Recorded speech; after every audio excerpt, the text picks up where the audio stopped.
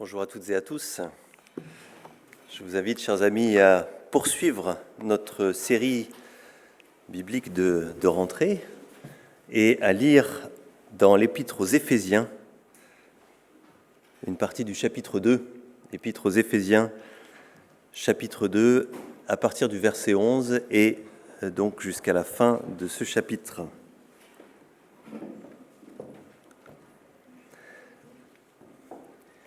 C'est pourquoi, vous qui portez dans votre corps la preuve que vous n'êtes pas des Juifs et qui donc êtes traités d'incirconcis par ceux qui se disent les circoncis à cause d'un rite accompli sur leur corps et par des hommes, rappelez-vous quelle était votre situation autrefois. En ce temps-là, vous étiez sans Messie, vous n'aviez pas le droit de faire partie du peuple d'Israël, vous étiez étrangers aux alliances conclues par Dieu pour garantir sa promesse, sans espérance et sans Dieu dans le monde. Mais maintenant, par votre union avec Jésus-Christ, vous qui autrefois étiez loin, vous êtes devenus proches grâce au sacrifice de Christ. Car nous lui devons notre paix. Il a en effet instauré l'unité entre les Juifs et les non-Juifs et abattu le mur qui les séparait. En livrant son corps à la mort, il a annulé les effets de ce qui faisait d'eux des ennemis, c'est-à-dire de la loi de Moïse dans ses commandements et ses règles. Il voulait ainsi créer une seule et nouvelle humanité à partir des Juifs et des non-Juifs qu'il a unis à lui-même en établissant la paix. Il voulait aussi les réconcilier les uns avec les autres, les uns et les autres avec Dieu, et les unir en un seul corps, en supprimant par sa mort sur la croix ceux qui faisaient d'eux des ennemis. Ainsi, il est venu annoncer la paix à vous qui étiez loin et la paix à ceux qui étaient proches. Car grâce à lui, nous avons accès les uns comme les autres auprès du Père par le même esprit. Voilà pourquoi vous n'êtes plus des étrangers ou des résidents temporaires, vous êtes concitoyens des membres du peuple saint, vous faites partie de la famille de Dieu. Dieu vous a intégrés à l'édifice qu'il construit sur le fondement que sont les apôtres, ses prophètes, et dont Jésus-Christ lui-même est la pierre principale. En lui, toute la construction s'élève bien coordonnée, afin d'être un temple saint dans le Seigneur, et unis à Christ, vous avez été intégrés ensemble à cette construction pour former une demeure où Dieu habite par l'Esprit. C'est la parole du Seigneur, qu'elle soit notre lumière sur le chemin et qu'elle nous permette d'apprendre à mieux nous comprendre et d'apprendre à mieux comprendre la volonté de Dieu.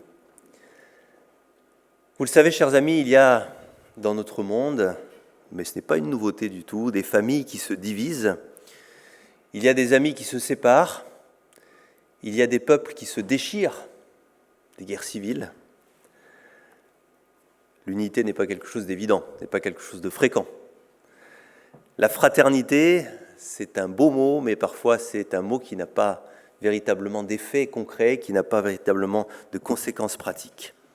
Mais il y a aussi, dans ce même monde, des ennemis qui font la paix. Il y a des personnes qui étaient brouillées, qui se réconcilient. Il y a des hommes, des femmes qui se demandent pardon et qui se pardonnent. Et l'extrait que nous venons de lire de cette épître aux Éphésiens concerne cette deuxième situation. Il nous montre, ce texte biblique, ce que le Seigneur a fait pour que son Église ne soit pas un lieu de division, de séparation, de désaccord, mais un lieu d'unité, de fraternité et de relation. Ce texte biblique nous dit ce que le Seigneur a fait et je crois qu'il est bon de se le rappeler. Et c'est ce que je vais faire ce matin, c'est ce que nous allons faire ce matin, se le rappeler pour que l'Église ne vive pas la division qui est fréquente dans notre monde, mais qu'elle vive l'unité. Le texte biblique que nous avons lu, je ne sais pas si vous avez perçu le mouvement, parce que c'est un texte qui est assez riche, peut-être assez compliqué aussi, mais il y a tout un mouvement de la séparation vers l'union, de l'éloignement vers la proximité, du conflit vers la réconciliation, du chacun pour soi vers une construction commune. Comme on le fait parfois dans les témoignages, ici dans cette église et dans bien d'autres églises, c'est sûr, eh bien, nous sommes invités tout d'abord par ce texte biblique à regarder en arrière. Il est vrai que le présent, en ce moment, nous occupe beaucoup, il occupe notre énergie, notre mental, et l'avenir aussi nous préoccupe. L'avenir nous fait penser. Mais, et si nous commencions par regarder un petit peu en arrière vers le passé ? J'entendais il y a quelques semaines le témoignage du président du Conseil national des évangéliques de France, CNEF, le pasteur Christian Blanc, qui a passé plusieurs semaines aux urgences et 2 semaines dans le coma, pour la raison que vous pouvez imaginer. Et il disait que ce qui est maintenant son passé change son regard sur le présent. Lorsque nous regardons en arrière, il arrive que notre regard sur le présent en soit modifié. Paul dit à ses lecteurs, à ceux d'entre eux qui ne sont pas issus, qui n'étaient pas issus du peuple d'Israël, il leur dit « Rappelez-vous, rappelez-vous. Rappelez-vous de ce que vous étiez autrefois. » Et ce que vous étiez autrefois, c'est très simple. Vous étiez sans Messie. Vous n'aviez pas le droit de faire partie du peuple d'Israël. Vous étiez étrangers aux alliances de Dieu. Les promesses n'étaient pas pour vous. Vous étiez sans espérance. En un mot, vous étiez sans Dieu. Pour certains d'entre nous, et c'est mon cas, nous sommes probablement habitués à l'Église, habitués au salut, habitués à la communion fraternelle, habitués au fait d'être en contact les uns avec les autres, habitués au fait de connaître des gens qui vous aiment ou qui essayent de vous aimer, des gens qui se préoccupent de nous. C'est normal, ça fait partie du paysage. C'est comme l'air que l'on respire, c'est comme l'eau qui coule quand on ouvre le robinet. Mais si vous regardez en arrière, dit l'apôtre Paul, si vous regardez en arrière, vous vous rappellerez que ça n'a pas toujours été comme ça. Alors je sais bien que selon votre parcours, vous n'avez pas une telle période dans vos souvenirs. En tout cas, pour ce qui me concerne, je ne l'ai pas. J'ai grandi dans l'Église. Et donc j'ai du mal à regarder en arrière à une période sans Église. Et bien sûr, ce n'est pas le cas de tout le monde, chacun a son histoire.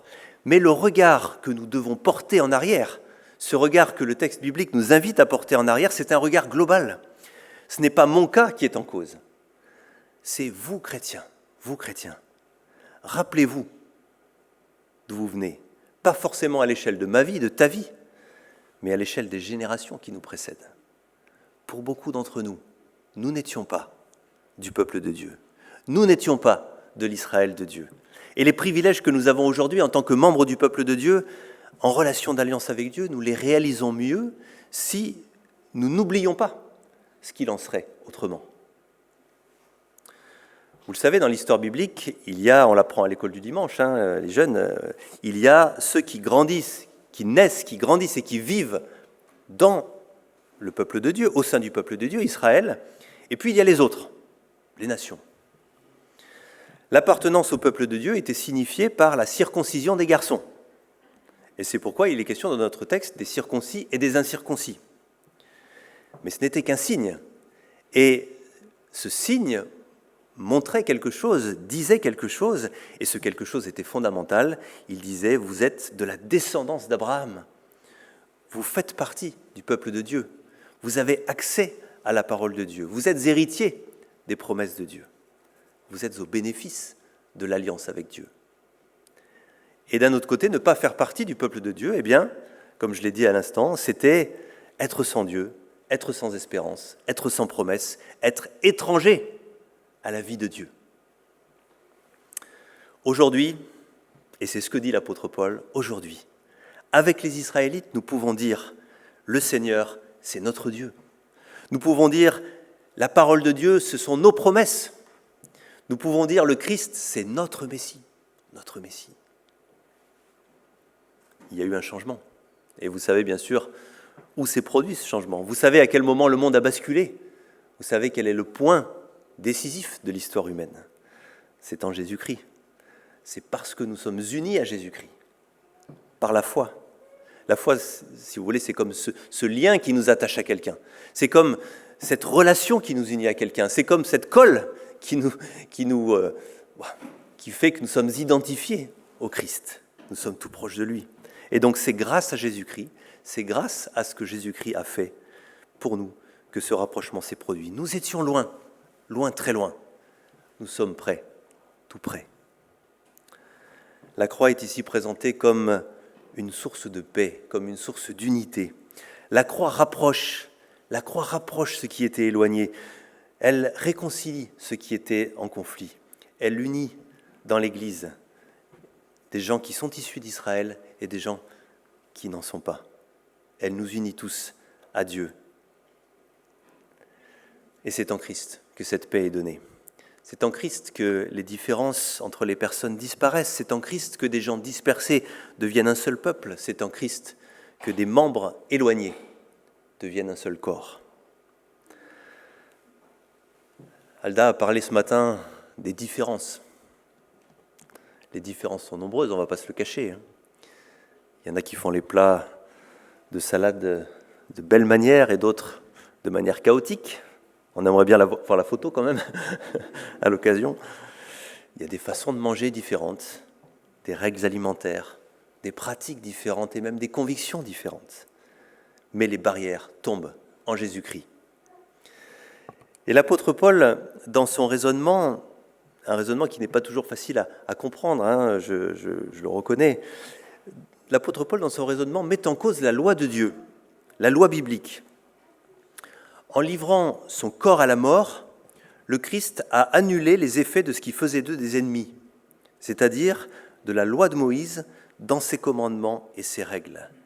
La loi qui avait pour fonction, pour effet, de distinguer les uns des autres, de distinguer Israël des nations. Ce n'est pas que la loi de Dieu a disparu pour nous. Ce n'est pas que l'Ancien Testament n'a plus d'intérêt. Ce n'est pas que les 10 commandements sont à jeter à la poubelle. Et il faut savoir que dans l'histoire, les chrétiens ont parfois été tentés de se débarrasser de l'Ancien Testament en se disant non, tout ça c'est passé, c'est plus pour nous. Non, pas du tout. Mais c'est que la loi cesse de fonctionner comme elle fonctionnait auparavant, comme un moyen de condamnation et comme un moyen de séparation. En Jésus-Christ, ce qui était visé par la loi est accompli. La loi ne sépare plus les uns des autres, mais elle nous guide tous ensemble sur le chemin du salut. Alors, mes amis, qu'est-ce qu'il faut pour réconcilier deux personnes qui sont fâchées, qui sont ennemies ? Qu'est-ce qu'il faut faire ? Il faut supprimer le problème. Il faut supprimer ce qui les oppose.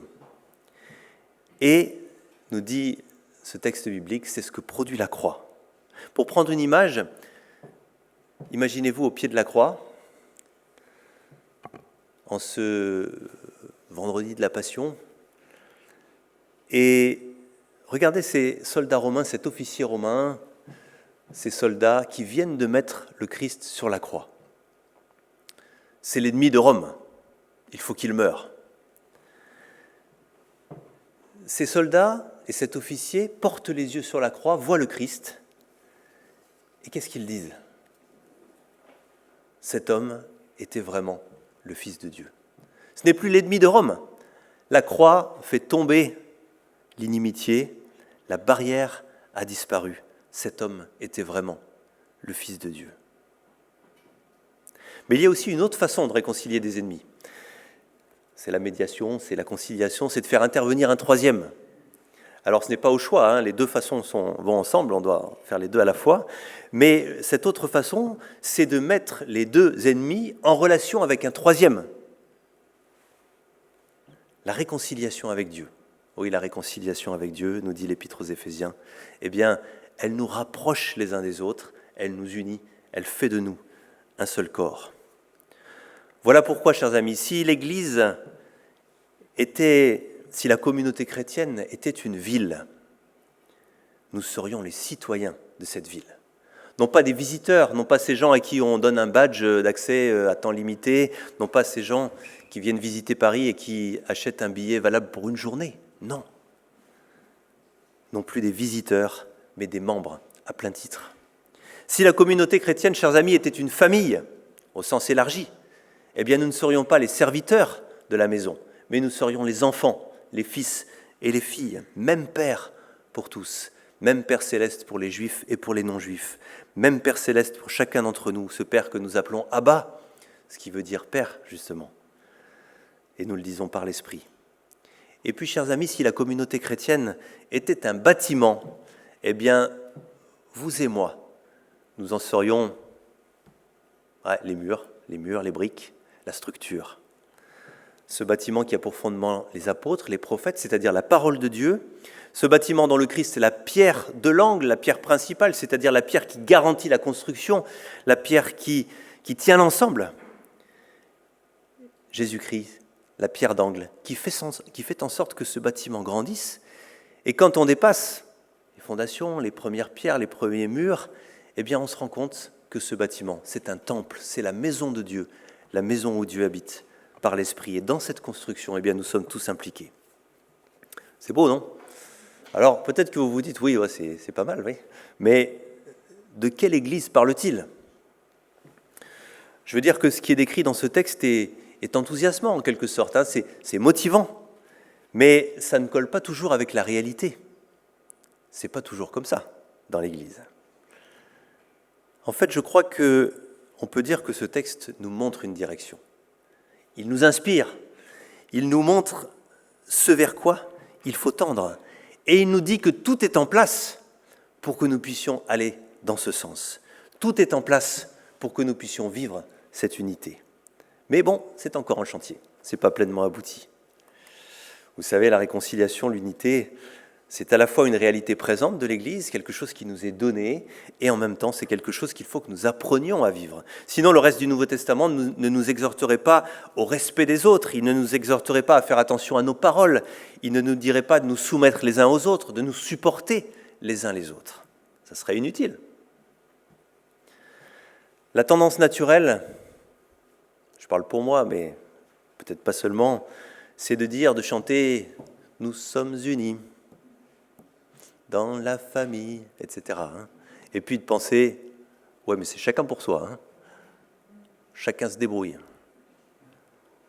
C'est pourquoi le Nouveau Testament nous rappelle, page après page, que la communion fraternelle, que l'unité, que la réconciliation font partie de la foi. Ce n'est pas une option, ce n'est pas un petit plus. Ça fait partie du Pâques. Et dans tout ce qui suit, et on le lira au fil des semaines de cette rentrée, au chapitre 4, 5, 6, l'Épître aux Éphésiens cherche à montrer concrètement ce que ça veut dire que de vivre cette communion fraternelle, ce que cela implique de vivre l'unité. Et pour ce faire, l'apôtre Paul ne va pas en rester aux grandes réalités, aux grandes théories. Il va rentrer dans les détails, il va parler de colère et de paix. Il va parler de mensonges et de vérité. Il va parler de paroles blessantes et de paroles constructives. Et donc, vous voyez, de choses bien concrètes. Mais il n'empêche qu'il est important, je trouve, de commencer par ces grandes vérités spirituelles que nous venons d'évoquer et qu'il faut avoir bien en tête. Le Christ est notre paix. Nous ne sommes plus étrangers mais citoyens. Nous sommes membres de la famille de Dieu. Nous sommes des pierres de la maison de Dieu. Je sais qu'il ne faut pas idéaliser les relations fraternelles et j'ai rencontré des chrétiens, peut-être vous aussi, et peut-être que c'est votre cas, qui avaient été déçus par les relations fraternelles. Il ne faut pas idéaliser. Et il faut bien comprendre que les relations fraternelles ne sont pas le fondement. Parce que si les relations fraternelles sont le fondement, alors la maison est fragile. Et quand le loup va souffler, c'est ça l'histoire des 3 petits cochons, la maison va s'écrouler. Sinon, il y a une image plus biblique, c'est le sage le fou sur le sable et le sage sur le roc. Les relations fraternelles ne sont pas le fondement, mais elles se bâtissent sur le fondement. Oui, les relations, comme on dit, c'est compliqué. Mais l'épître aux Éphésiens le montre, si elles sont construites sur quelque chose de solide, alors elles sont de belles choses. Je me souviens que dans l'église où j'ai grandi, je l'ai peut-être déjà raconté un dimanche matin, il y avait ce frère chrétien. C'était une époque où on pouvait entonner des chants spontanément dans le culte. Et tous les dimanches, il entonnait un chant. Et tous les dimanches, c'était le même cantique. Et je l'ai encore en tête parfois qui me revient. Le personnage était sympathique. On aimait la communion fraternelle. Mais bon, moi j'étais ado. Au bout d'un moment, c'était un petit peu énervant quand même, je dois le confesser. Nous pouvons avoir du mal à nous supporter les uns les autres. Nous ne sommes pas toujours d'accord les uns avec les autres. Mais si nous cherchons ensemble, dans l'amour et le respect les uns des autres, à avancer, plutôt qu'à reculer, plutôt qu'à freiner, plutôt qu'à nous arrêter, alors oui, les différences deviennent enrichissantes. Les relations fraternelles, donc, je le répète, parce que je crois que c'est important.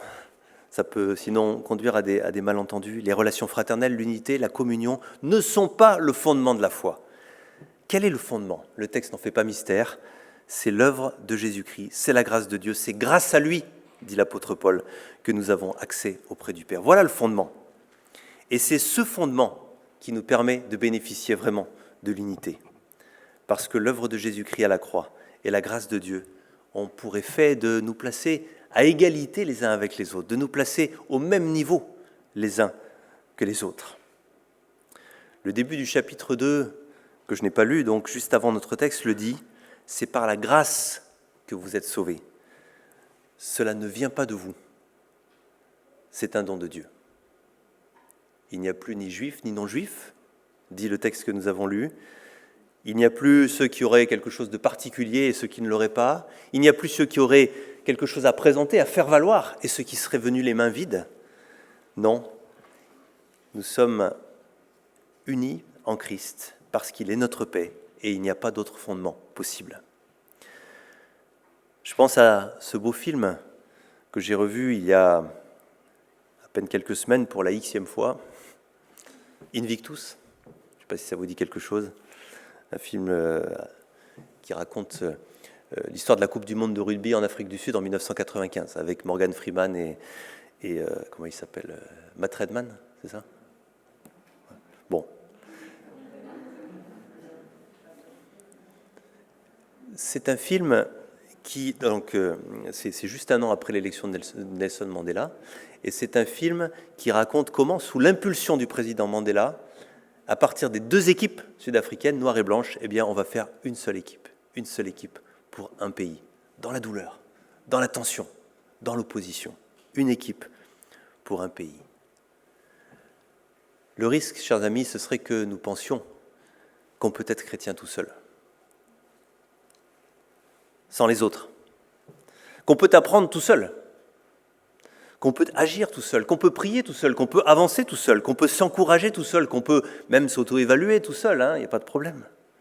Mais non, être disciple de Jésus-Christ, c'est un exercice communautaire. La communion fraternelle est un cadeau de Dieu. Le Seigneur nous a créés et il sait qu'il n'est pas bon que l'homme, que la femme soit seul, que l'être humain soit seul. Alors je sais qu'à certains moments, et c'est mon avis personnel, il est plus compliqué d'être à plusieurs que d'être seul. Mais fondé sur la grâce de Jésus-Christ et recevant la paix qu'il nous donne, nous sommes appelés à être chrétiens ensemble, c'est-à-dire à vivre ensemble la foi, la prière, le témoignage, le service, l'action et tout le reste, ensemble. Que le Seigneur nous y aide. Amen.